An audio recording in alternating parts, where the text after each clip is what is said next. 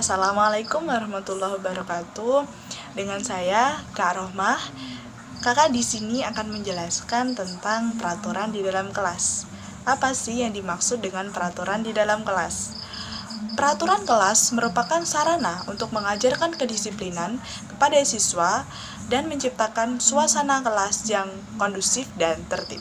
Nah, dalam peraturan kelas ini ya, guru dan murid wajib untuk menaatinya. Jadi bukan hanya murid saja, tapi guru juga harus menaati peraturan di dalam kelas. Sehingga harus ada kesepakatan antara guru dan murid. Nah, selanjutnya apa sih prinsip-prinsip dari peraturan kelas ini?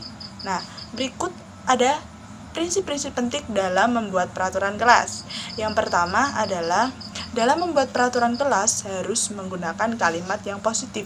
Contohnya adalah semua orang harus menghargai orang lain. Ini akan lebih baik daripada dilarang mengganggu orang lain. Karena yang kata pertama menggunakan kata-kata yang positif.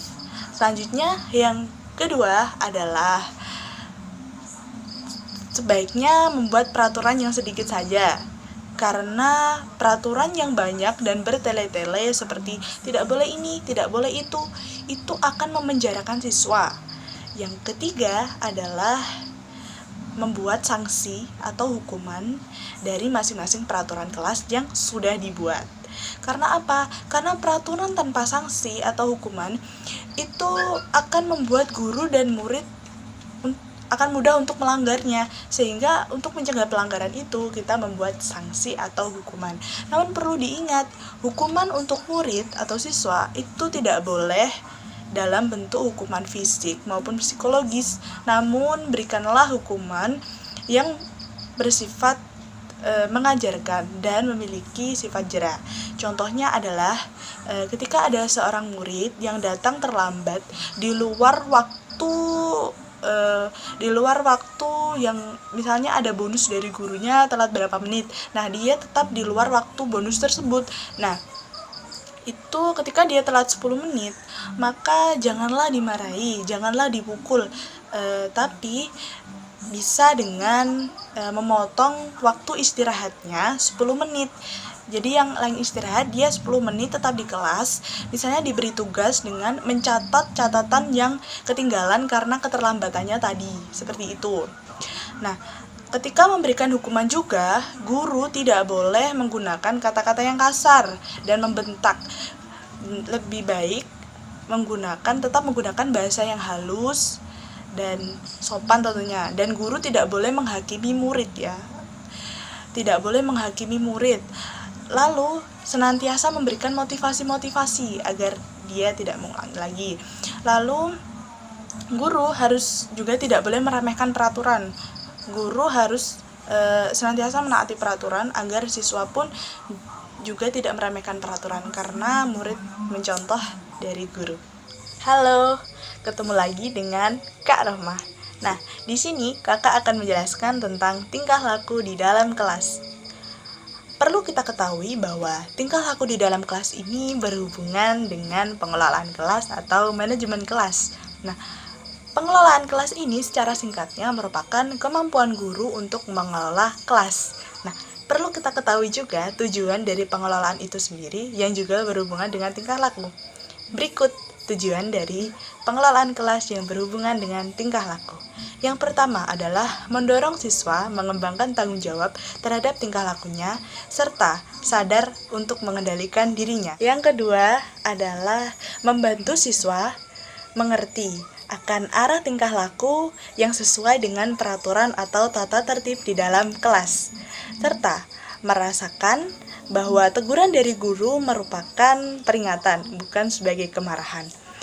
Yang ketiga adalah menimbulkan rasa berkewajiban melibatkan diri dalam tugas, serta bertingkah laku secara wajar sesuai dengan aktivitas-aktivitas di dalam kelas. Selanjutnya adalah masalah-masalah dalam pengelolaan kelas. Nah, pengelolaan kelas sendiri ini dilakukan untuk menghindari terjadinya permasalahan-permasalahan kelas yang juga berhubungan dengan tingkah laku di dalam kelas. Lalu apa saja sih masalah-masalah di dalam kelas ini? Nah, masalah pengelolaan kelas di dalam kelas dibagi menjadi dua. Yang pertama adalah masalah individuan, yang kedua adalah masalah kelompok. Berikut beberapa kemungkinan perbuatan atau tindakan siswa yang mengakibatkan permasalahan individual. Yang pertama adalah tingkah laku yang ingin mendapat perhatian dari orang lain, baik secara aktif seperti melucu dan pasif seperti berbuat serba lambat sehingga memerlukan pertolongan dari orang lain. Lalu yang kedua adalah tingkah laku yang ingin menunjukkan kekuatannya baik secara aktif, contohnya dengan berdebat, marah-marah, maupun secara pasif, seperti melupakan peraturan kelas yang sudah disepakati di awal. Lalu yang ketiga adalah tingkah laku untuk menjelekkan orang lain, seperti mengata-ngatai dan sebagainya. Lalu yang keempat adalah peragaan ketidakmampuan. Contohnya adalah bersikap masa bodoh terhadap apapun di sekitarnya dan menolak mencoba sesuatu karena di dalam pikirannya itu dia yakin hanya akan menemui kegagalan saja. Untuk permasalahan kelompok ini akan muncul ketika kebutuhan kelompok tidak terpenuhi, sehingga dilaksanakan pengelolaan kelas ini untuk menghindari permasalahan ini yang juga akan berhubungan dengan tingkah laku siswa di dalam kelas. Selanjutnya adalah tentang kedisiplinan. Kalian tahu apa sih tentang kedisiplinan itu? Sudah tahu? Nah, saya akan kasih tahu ya, Kak Isti akan kasih tahu. Kedisiplinan menurut Dignas 2001 mendefinisikan disiplin atau tertib ialah suatu sikap konsisten dalam melakukan sesuatu. Menurut pandangan ini, disiplin sebagai suatu sikap konsisten dalam melakukan sesuatu. Menurut pandangan ini, disiplin sebagai ilmu yang taat terhadap sesuatu aturan yang menjadi kesepakatan atau telah menjadi ketentuan. Nah, disiplin ini sangat erat kaitannya dengan pengelolaan kelas dan peraturan di dalam kelas. Sehingga kedisiplinan peserta didik akan terwujud dengan adanya pengelolaan dan peraturan kelas sebagai standar tingkah laku atau perilaku siswa di dalam kelas. Terima kasih.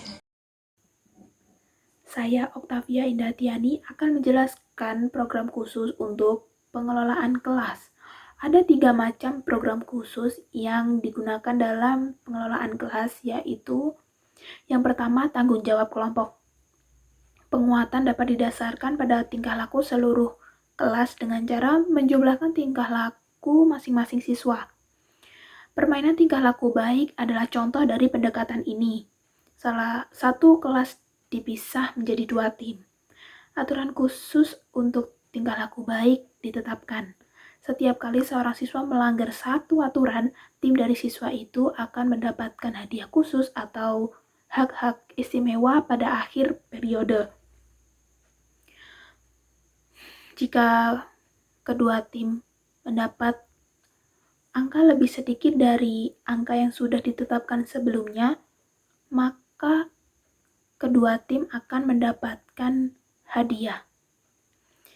Wilson dan Hopkins memimpin suatu penelitian dengan menggunakan tanggung jawab kelompok untuk mengurangi kegaduhan.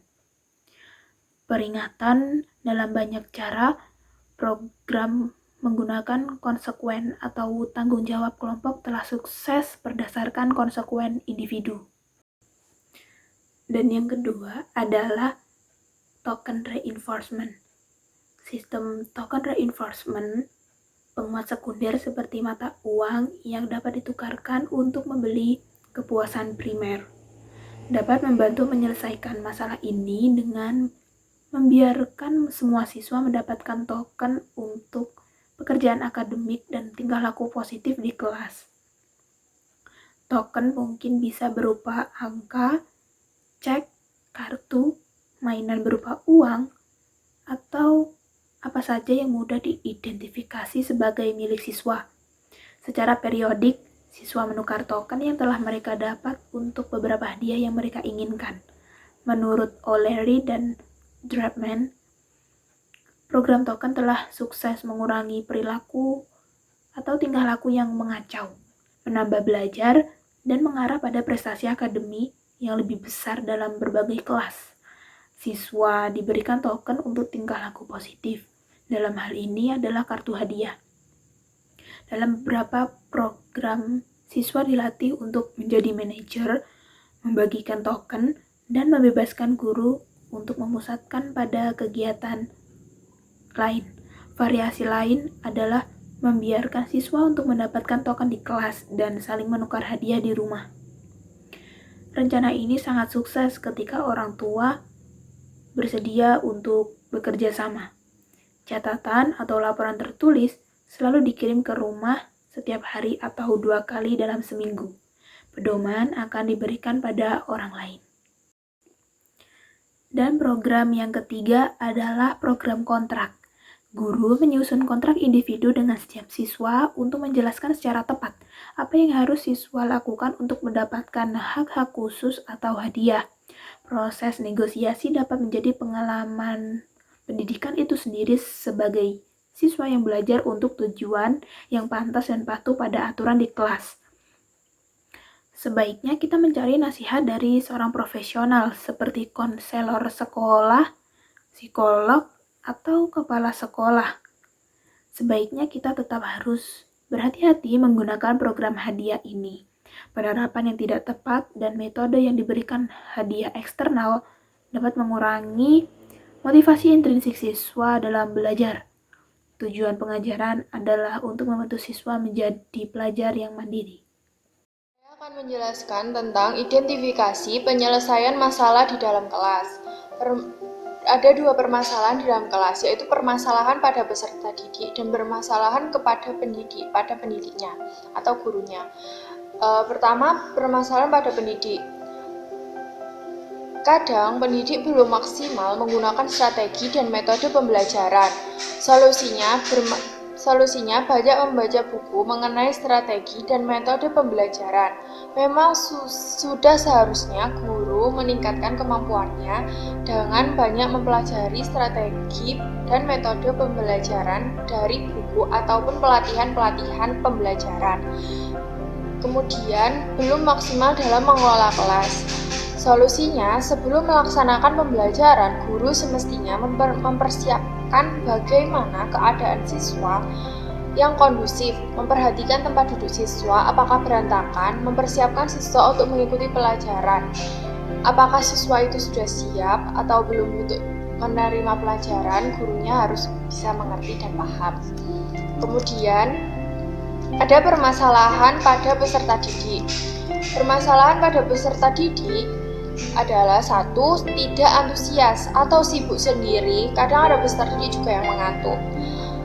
Solusinya adalah strategi dan metode yang tepat menyenangkan akan membuat siswa antusias juga motivasi dari guru. Jika jam pelajaran lama bisa diselingi dengan humor atau game-game menarik untuk siswa agar tidak bosan dan mengantuk. Kemudian sering datang terlambat, di mana perlu ditanamkan kepada siswa sikap disiplin sehingga dia tidak akan datang terlambat lagi. Kemudian susah bertanya dan mengemukakan pendapat. Solusinya, tidak semua siswa pandai bertanya dan mengemukakan pendapat. Guru bisa mengganti dengan mengemukakan pendapat melewati tulisan. Semisal, guru itu memberikan soal yang isinya adalah apa pendapat Anda tentang soal tersebut atau keadaan tersebut. Kemudian sering izin. Kadang kalau sudah SMA kan boleh bawa HP sendiri, jadi sering kalau gurunya membosankan dia main HP sendiri. Solusinya membuat peraturan bersama di mana jika guru tersebut melihat siswa itu menggunakan HP atau bermain HP di saat jam pelajaran atau tidak meminta izin terlebih dahulu untuk menggunakan HP untuk keperluan pelajaran, HP itu bisa disita sampai jam pelajaran selesai atau bisa disimpan oleh guru itu sampai orang tua yang datang untuk mengambil HP tersebut. Dan untuk izin, Guru memberikan izin untuk kamar mandi, semisal sebelum pelajaran dimulai, siswa diberi waktu untuk ke kamar mandi, atau setiap siswa hanya boleh ke kamar mandi 1 kali di jam pelajaran tersebut. Kemudian sering absen atau izin sakit sehingga ketinggalan beberapa pertemuan. Solusinya siswa hendaknya bisa mengejar ketinggalannya dan guru harus siap memfasilitasi. Gimana? Harusnya jika itu tidak terlalu penting, kan kalau izin itu biasanya tidak terlalu penting.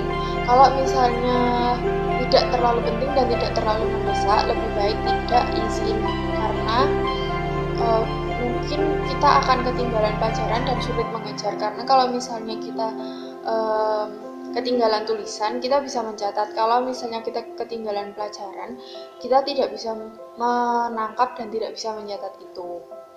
Sekian dari kami. Wassalamualaikum warahmatullahi wabarakatuh.